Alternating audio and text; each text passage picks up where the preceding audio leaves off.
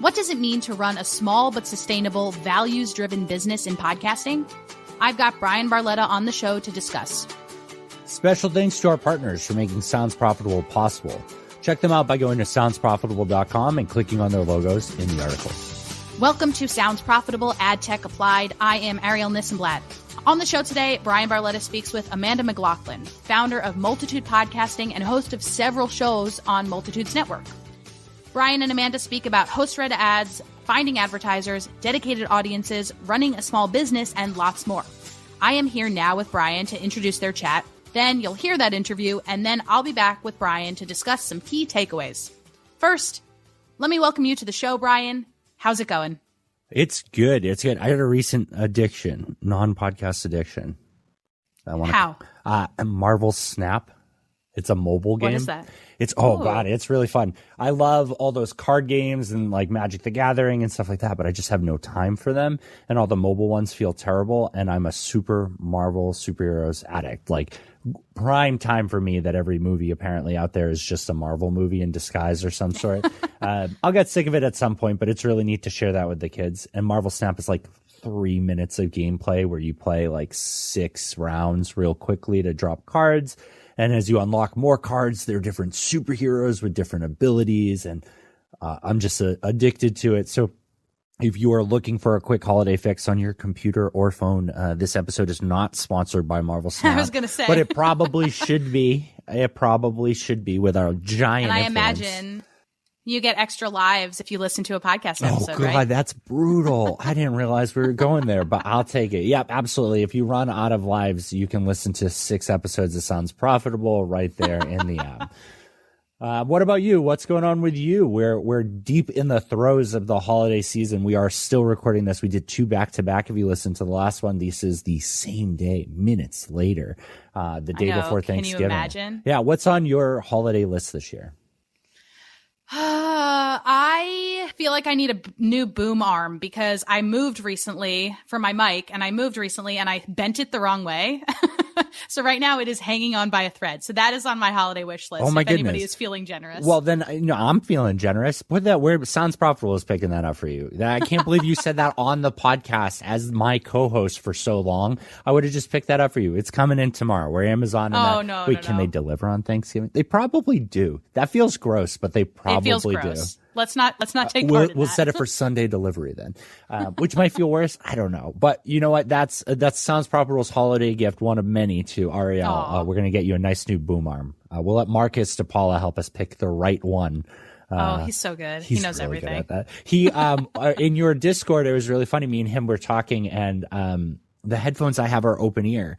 And I feel like we've had this conversation before because what does open ear mean? I've always had that question. So it's soft, right? And so it means that the sound I see. There's comes like a through. hollow. Yeah, and which was great when I was in my old house and I couldn't easily lock the door in the room I was in. So if my son wandered into the room, like I wouldn't just see him on the camera in the background, but I could hear him trying to get in.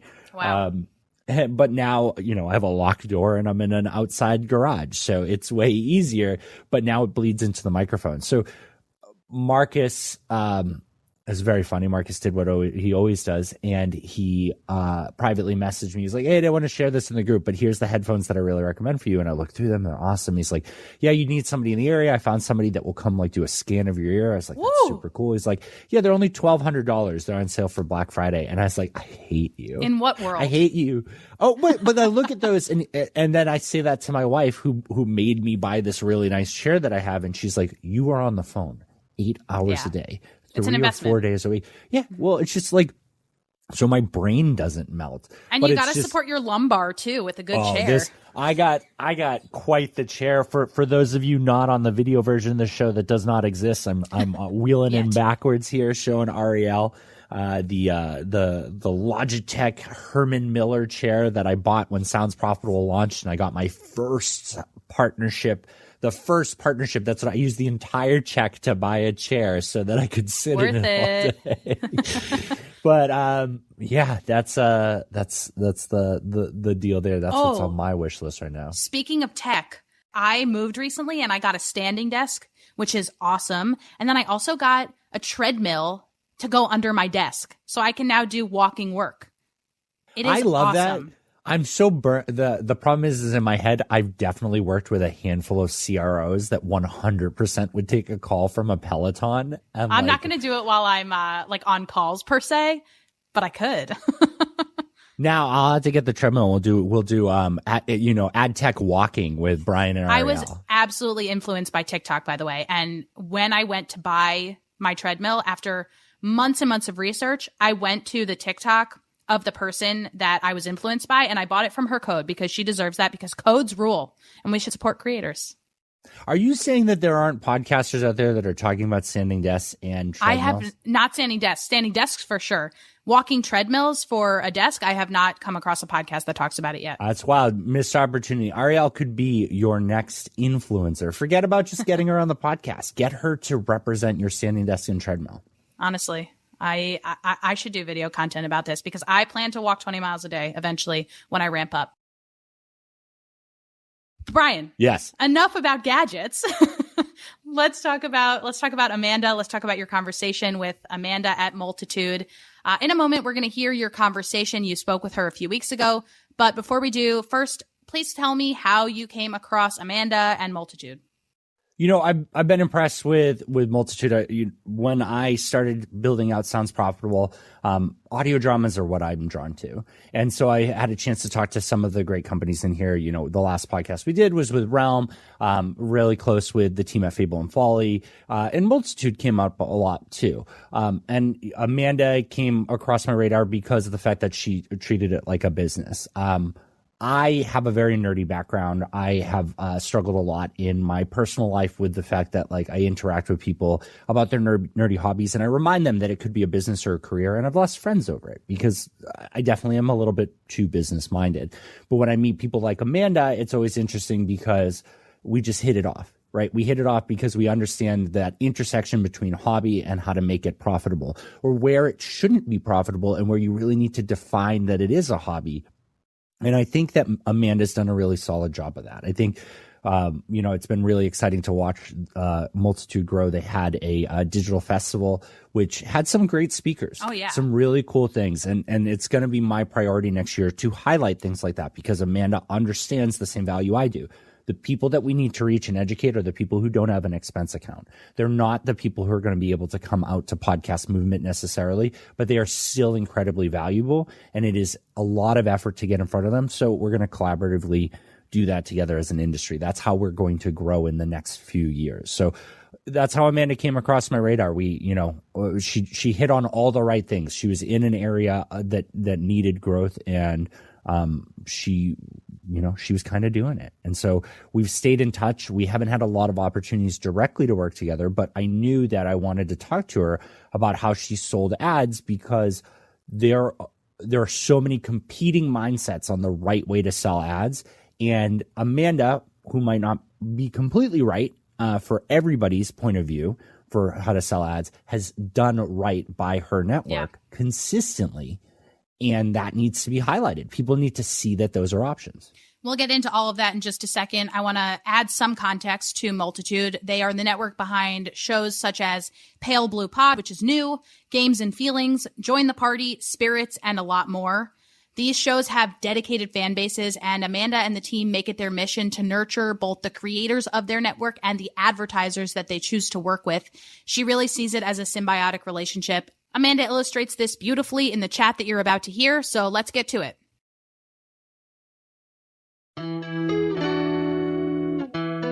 Okay, Amanda, thank you so much for joining me today. My pleasure. Thank you for having me.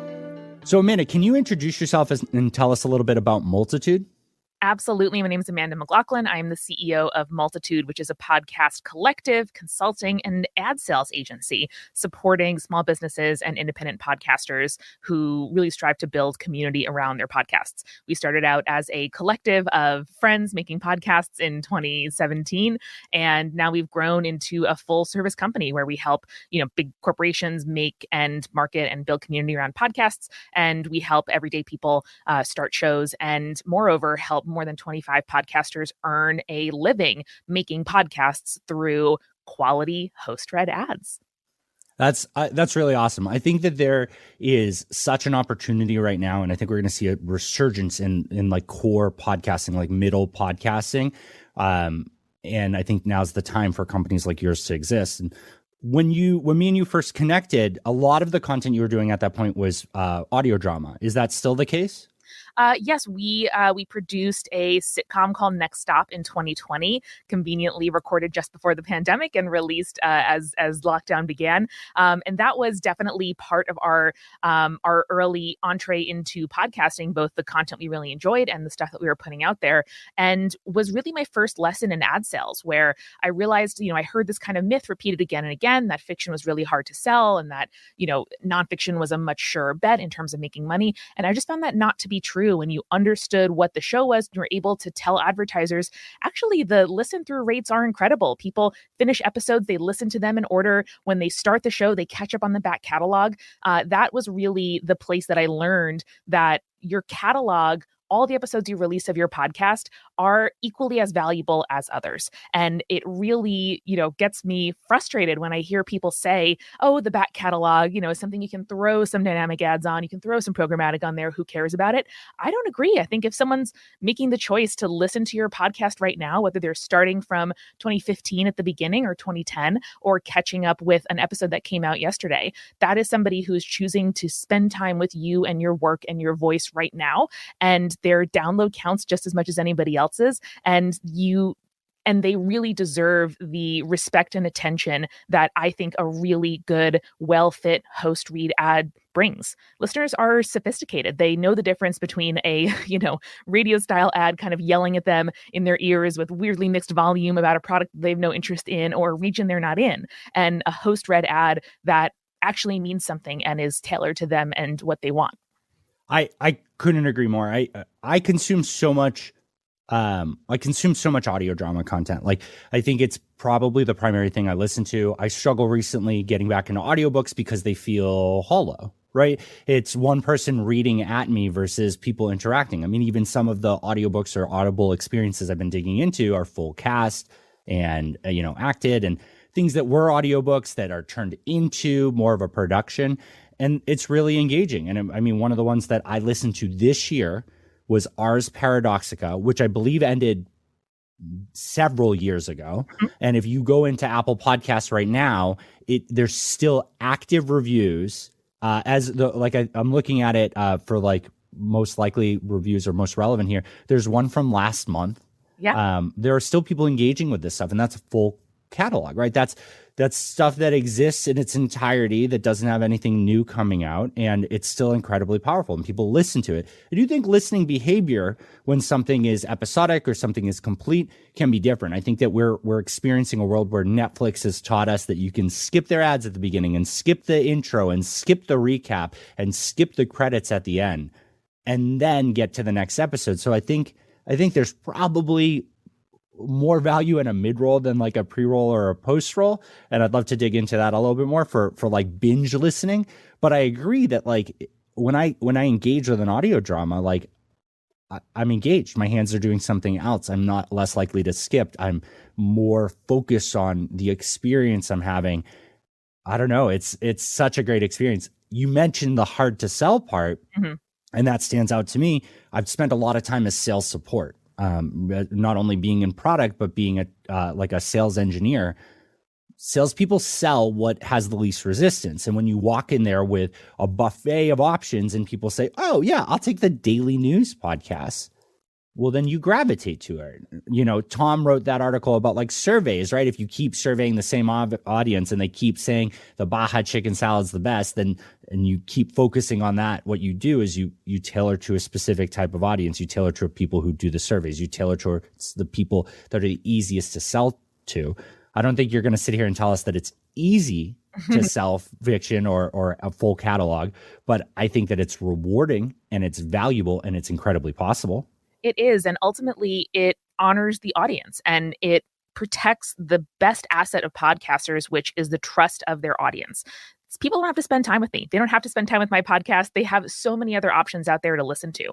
And I think that treating their time and attention as the gift that it is, and moreover, the backbone of value that underwrites all of our careers as creators is really, really crucial. And I think, salespeople at big agencies, don't necessarily get the time that they need in order to represent all of their clients, the best that they possibly could. In an ideal world, they would spend lots of time walking every single advertiser through the benefits of a particular creator.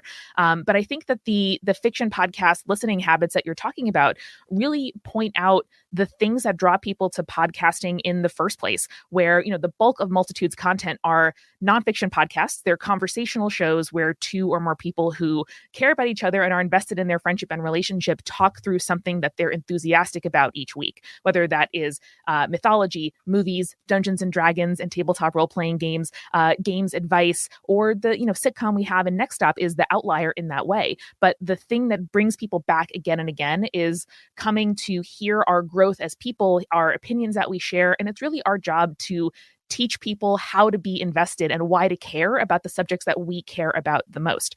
And so translating that into ads, people get that it's more personal of an experience, it's more intimate of an experience, and it's more tailored to them when they hear our voices reading that ad back to them. And we think about that, like for the clients that I represent and the shows that Multitude has that use dynamic ads and that run ads that are fresh and host-read on their back catalog. Some of them are baked in, and you hear the ads we recorded in 2016, and audiences get to hear our progression, getting new sponsors, having bits that recur throughout the ad reads, and hear that progression of our careers and us as podcasters as they go through. That's valuable too. And it teaches them not to skip, right? Like it teaches them that the things that we say, the calls to action we read, whether it is for an advertiser or for Patreon or for merchandise or for launching a new show, you can hear in our podcast when Multitude started and we went from being independent podcasts to coming together under this banner of the collective. That's a sort of historical document and artifact that people really enjoy hearing. And it also teaches them that when we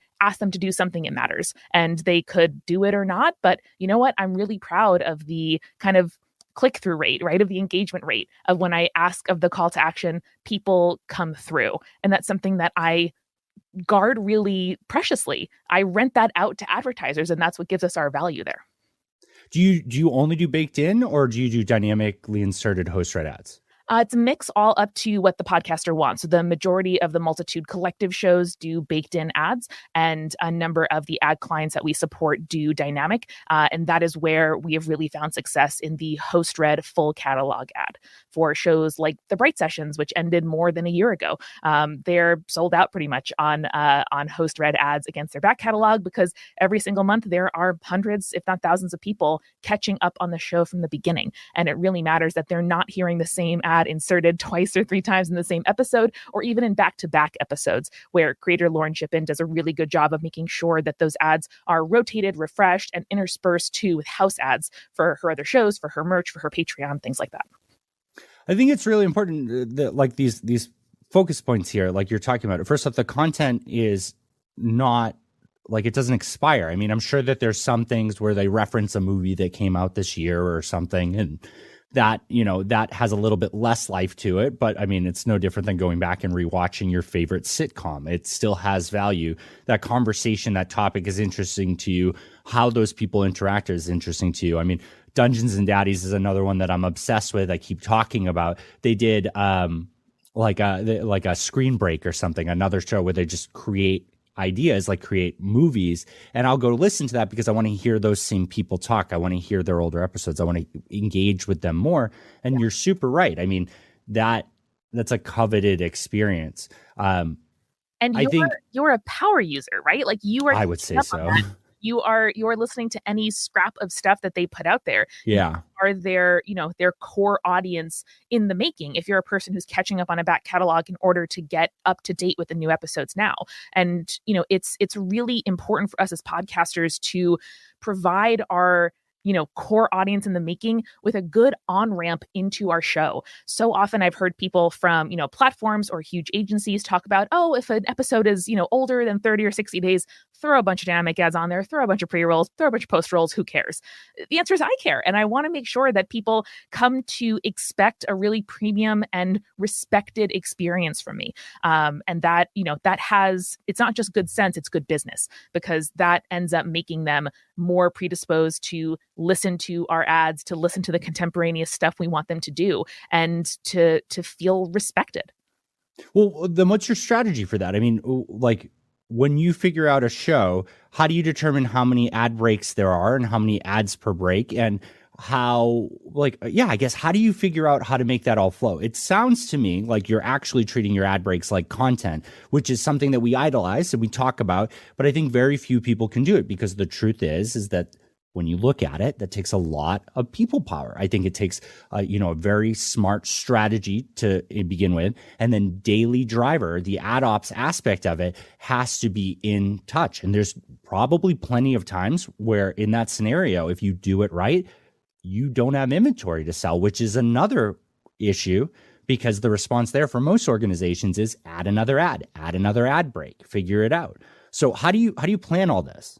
Great questions, Ryan. So I think that paradoxically, it's pretty simple. It's keeping our eye on the prize. We are career creators. We started out as fans, as huge fans of podcasting and of the genre. Something I admire about you is how vociferously you talk about being a fan of the podcast that you listen to. And we're the same. And so when we think about what is a good decision to make for the business, it's not thinking about what will make the most money this quarter. I'm not running a public company where I have to file my 10Qs and make my shareholders happy with, my double-digit percentage growth quarter on quarter. I am able to play the long game. And like I said, that means, kind of stewarding my audience's trust. So for us, the question is, what would annoy us as listeners? When we listen to podcasts, we have a whole channel in our Slack where we talk about the podcasts we listen to. And that's often being excited about new episodes coming out and loving the jokes that happen. But sometimes it's, oh my God, this 30-minute podcast ran 8 ads across 3 ad breaks, and it's intolerable. And so we listen to our own perspective and we listen to our own opinions as listeners. We also listen to our audience. And we have done an annual summer survey for 5 years now, where we ask questions like, how many ads in an hour-long episode is too many? Do you prefer one break to multiple? We listen first to ourselves and our audience, and not to the advertisers, who are always, of course, going to prioritize putting more of their stuff in your show in a way that is easy. We turn down trackers that we think are too invasive.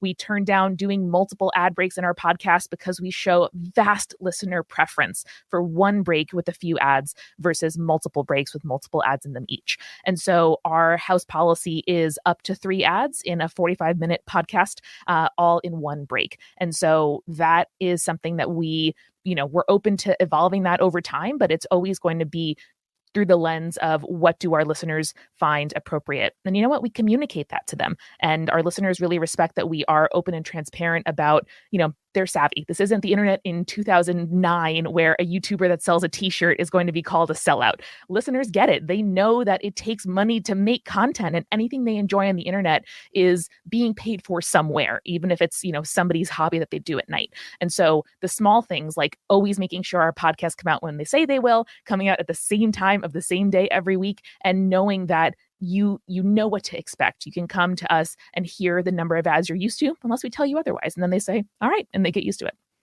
So many great things to catch on there. The first one I want to bring up is we need a name for what it's called, where you're washing the dishes and you hit like a 3-minute long iHeart ad break.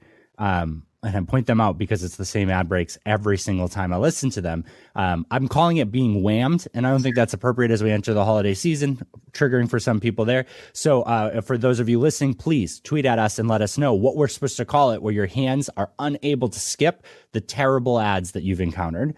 I actually use that example as the reason why podcasters should limit their calls to action in their episode to just one. I call it the soapy dish scenario, where if you picture somebody doing their dishes, their hands are soapy, they have comical rubber gloves on, and they're doing, a mound of suds, and you say to them, oh, hey, buy my t-shirt, subscribe to the Patreon, join the newsletter, follow me on social. If 40 minutes later, when they put the kids to bed, are they going to be able to remember, oh, what was that one thing that Amanda wanted me to do from the podcast? And so limiting it to just one thing, I think, is totally crucial. So I call that the dish experiment, or the dish scenario. I like it. Tom recently wrote about how publishers should really drive people to, soundsprofitable.com/offers/support/sponsors, something so that it's the same call to action and you can put all of the content there, even if it's specific to an advertiser, but you could have a general one so that you're really taking advantage of saying, like, you're following me, you want to support me, engaging with the advertisers that we work with helps.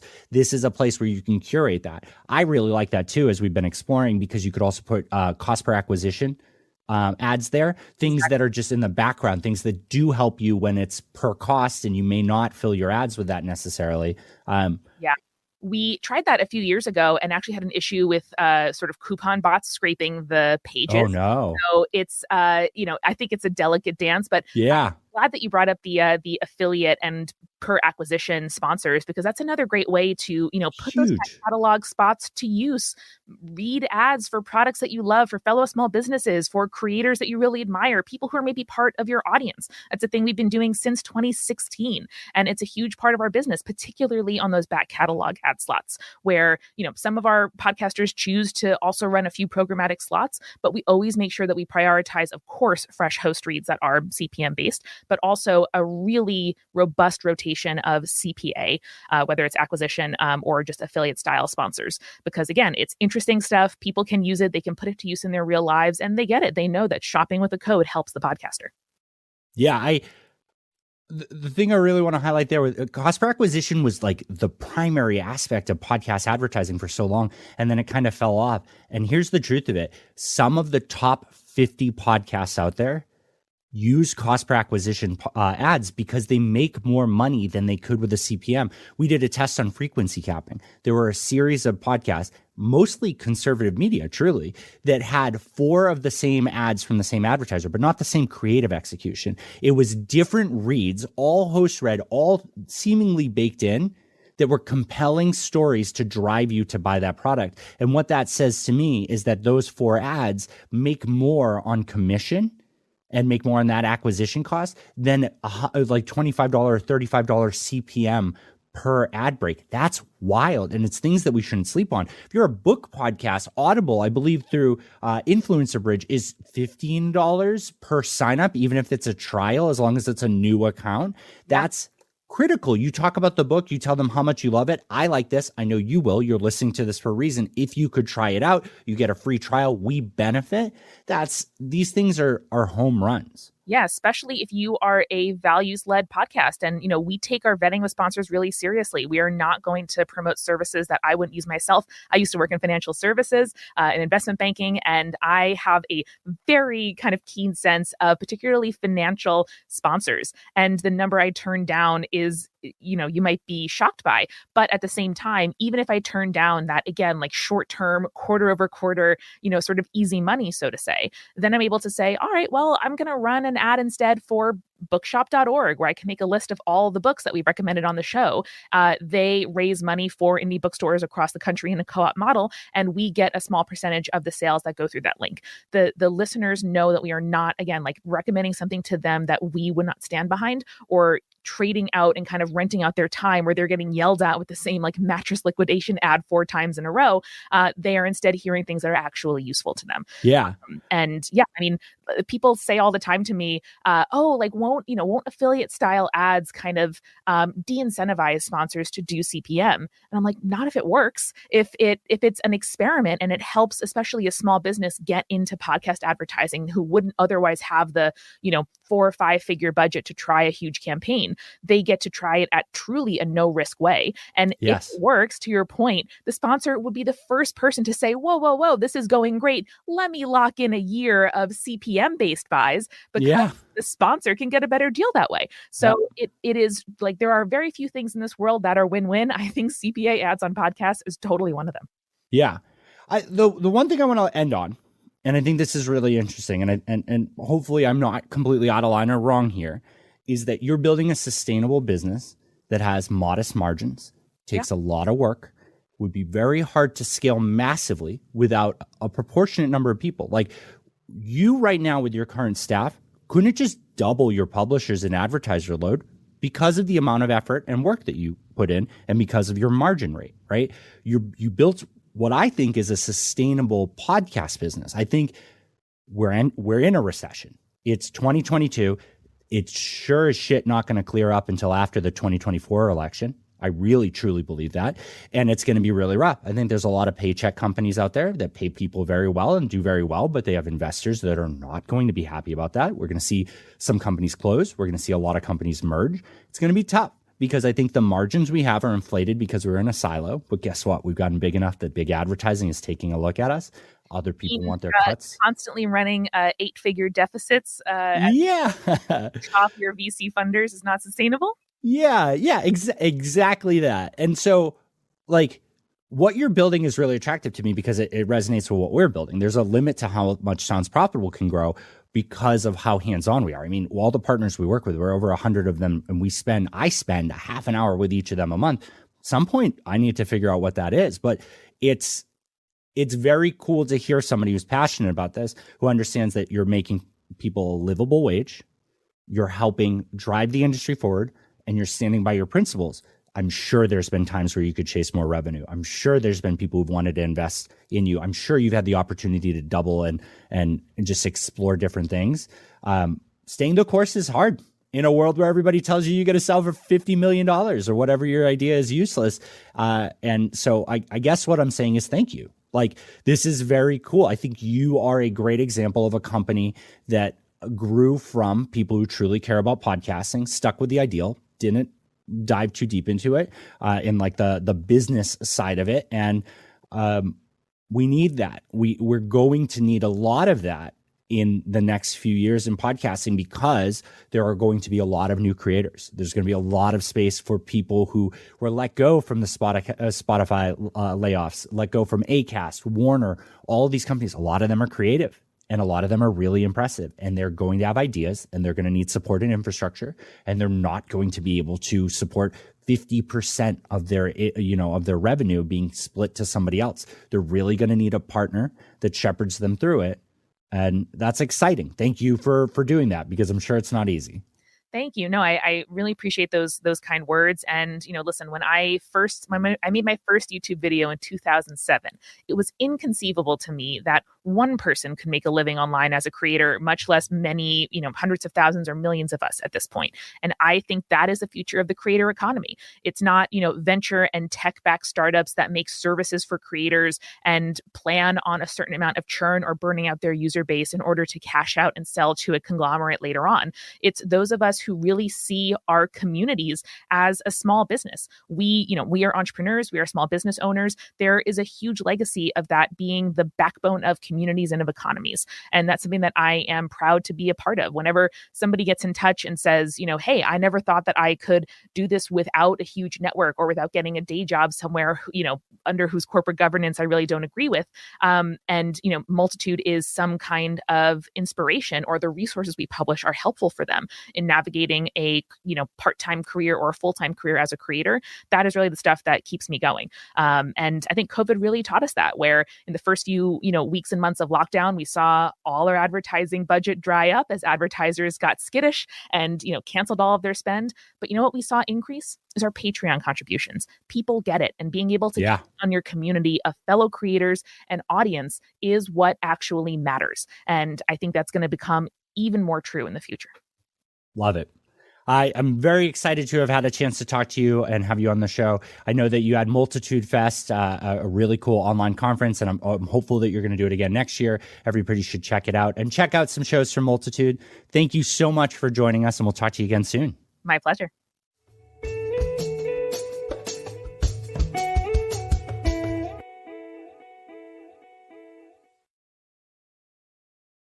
And we're back. Bryan, love the chat. You and Amanda are great. Thank you for teaching us all those things. Here are some of the key points that stood out to me in your conversation. Are you ready? I am. Amanda echoed a lot of the points about advertising on podcasts that we discuss a lot in Sounds Profitable's newsletters and podcasts. First of all, that we want to train our audiences to really listen to our ads rather than skip over them. And we do that by intentionally switching things up, by giving them one call to action, by making sure that we really so believe in the products and services that we're doing host-read ads for. I'm really impressed by Amanda and the company and their dedication to that. And it takes time to cultivate those relationships. That's what really, really stood out to me. And you echoed that. You mentioned that you and Tom at Sounds Profitable are in a similar position, that you can't necessarily double, triple your output because it's such a handheld experience. Can you speak to that a little bit? The hands-on aspect of podcasting is really attractive. I think we're still trapped in the host-read endorsement phase. And I don't think it's a bad thing. Cameo has exploded because the idea that people can pay celebrities to say things to them, to wish them happy birthdays and whatnot. Heck, Podsites did that for one of their upfronts. They paid the guy who plays Kevin from The Office, who's like the most successful person on Cameo, He's also like a big podcaster now. Right? Yeah, that's absolutely true. That's super Bryan short. Baumgartner. There we go. We share a name. He spells it wrong, but we share a name. That's a huge part of it. The advertisers get really attracted to that. I mean, when podcasting kicked it off, the idea that Adam Carolla would read the ad read, or Mark Maron, and that the advertiser would be able to talk directly with their agency partner and the host was so powerful. People love that. And it still matters. I mean, there are specific shows that people pick. When people pick advertising plans, they should pick a variety of reach and programmatic and all of that. But there are still people who spend too much money to get their ad on Times Square, right, in a billboard there so they can go take the Instagram photo. So there's nothing wrong with picking a host, wanting to have a direct relationship with them, and having that conversation. So I really agree with that. I mean, Sounds Properly is, as of today, 115 partners. They each work with me. Sometimes Tom jumps in for the consulting, but it's primarily me. That's 30 minutes a month that they have access to. Each one of them has access. I can't imagine a world where I move away from it. Like, that's the core of what we do. And that's so attractive because they get one-on-one time with me as a thank you for supporting us, as the ability to encourage and grow this space. And that's what host-read ads are, right? It's that one-on-one time, whether it's directly with the host or it's with someone like Amanda who facilitates it. It feels like customer service and guidance and walking through the whole thing.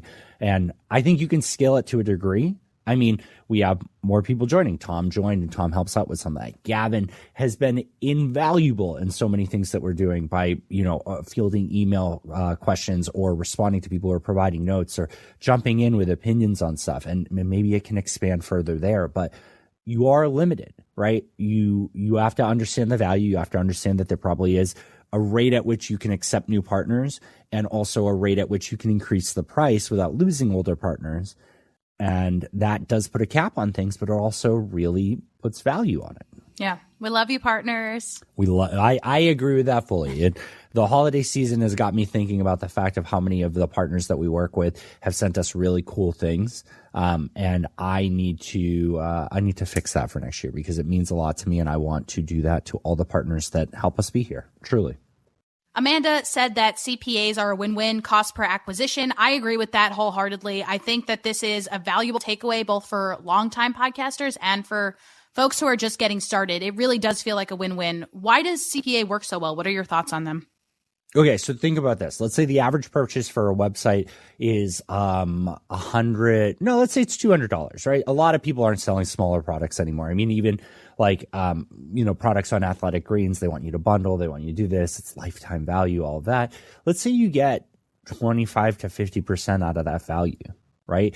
If your podcast had 4 podcast ads in it and you could get a maximum of $25 CPM for selling each of those ads, well, that's the effort of selling all 4 ads, and then it's managing that CPM and keeping your fill rate high. But what happens if you could have a cost per acquisition client and the average cart size is 200 or more and it's 50%? Well, if you do 4 ads in that episode, all different experiences with that, and one of those sells, it's still $100, right? 4 at $25 CPM versus 4 at $100 per acquisition. As long as you keep that conversion rate at 1 conversion per 1,000 downloads, like, it's pretty impressive. It's also just a really great way to get started with ad reads. So you can negotiate that with a potential advertising partner, and they don't lose anything if you don't make any sales, and you don't gain anything unless you do make a sale. So you're incentivized to make it happen, and they're incentivized to be partners with you, because if they can reach a new audience, that's a whole new revenue stream for them. Yeah, and it's really cool because if you can represent your show in a neat way, but you just don't have the downloads. I really believe that the smaller a show is, the more niche the audience is, right? Like if you're treating it like a business. I do apologize to the people who are kicking it off with their two dudes sharing a beer, talking about their views and their 15 downloads. That's not who I'm talking about. I'm talking about people who are in the business of podcasting with a new show. You might not have that many downloads, but your audience is committed. They're really interested. They're coming over from somewhere else. So when I say, Arielle, I have been consuming this brand new book on Audible and you need to check it out, and everybody else use the promo code Sounds Profitable to find out more, and I can get a $15 CPA for everybody who signs up, even for a trial of Audible. Yeah. That's really powerful when I can't sell ads when I'm just starting it off. I think we've moved away from CPA too aggressively in podcasting, but And here's like a little insight on what I've been looking into recently. A lot of conservative shows are very heavy in CPA because it works, because it's more profitable for them, and because it's multiple times in an episode where you have the opportunity to tell a story about why, hey, listener, you listen to me and you enjoy what I do, so I use this product and enjoy it, and I know you will my too. Supplements, my brain health supplements. There you go. Yeah.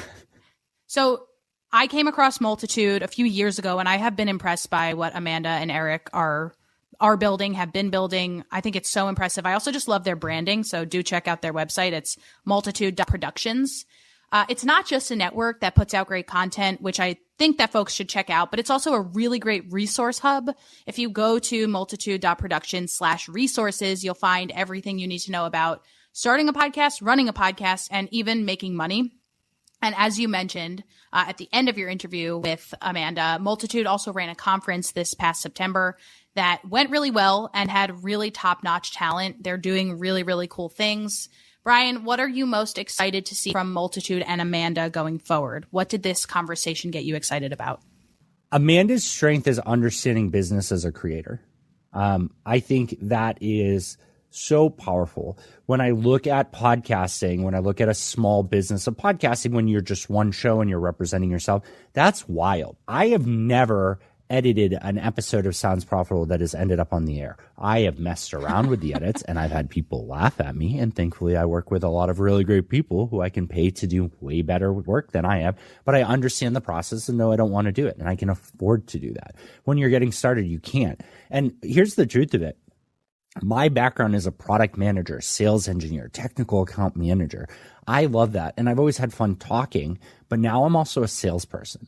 You know, I'm creating this content. I have a view on this stuff. I'm thankful that I'm well-rounded. But the truth is if you don't like sales, if you're not good at it, it's not fun. So I think what I'm most excited about is that Amanda, while she's building out Realm in a really attractive way, and I think Realm is going to expand very well and do very well with both advertisers and with publishers, I think Amanda will be a place that people looking to build their own business can look up to for blueprints. And I think that's really powerful. And I think that Amanda doesn't believe that there's some special sauce necessarily other than the content and what her services uniquely are. I think that blueprint is something that Amanda wants to see more people adhere to. So I'm very excited for that. I'm very excited for the tools and resources for the people who want to get from starting to middle of podcasting, because I think we're about to see a surge there. I think core podcasting, as we understand it, is going to be so fruitful of individuals who are managing their own thing or collaborating with small people, but able to just pay the rent, pay their bills, make a living off of a podcast, not necessarily a network unless they want to join one, but there are going to be individuals who create amazing content and just need that help, the knowledge to do it themselves or the hand up to join a network. And I think Amanda's really good at highlighting those things.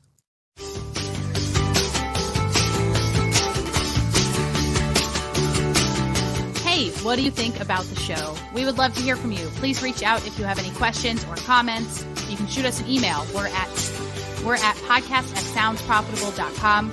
We're also on Twitter, if that's your thing. SoundsProf News, Bryan Barletta, or at Ari This and That. We are also ramping up our efforts on LinkedIn, so please search for us at Sounds Profitable over there. This show is recorded with SquadCast, the best place to record studio quality video and audio for content creators. I use SquadCast for every interview and product deep dive, and I encourage you to check it out as well. Please go to squadcast.fm for a free 7-day trial and let me know what you think. If you want more from Sounds Profitable, make sure you're subscribed to both of our podcast feeds and to our newsletter. You can get more information about all of that at soundsprofitable.com. And thanks to you for listening to this episode of Sounds Profitable Ad Tech Applied with me, Bryan Barletta. And me, Arielle Nissenblatt. This show is edited by Reece, Carman, and Tendick. It's assembled by Spooler Media, and it's hosted on Omni Studios.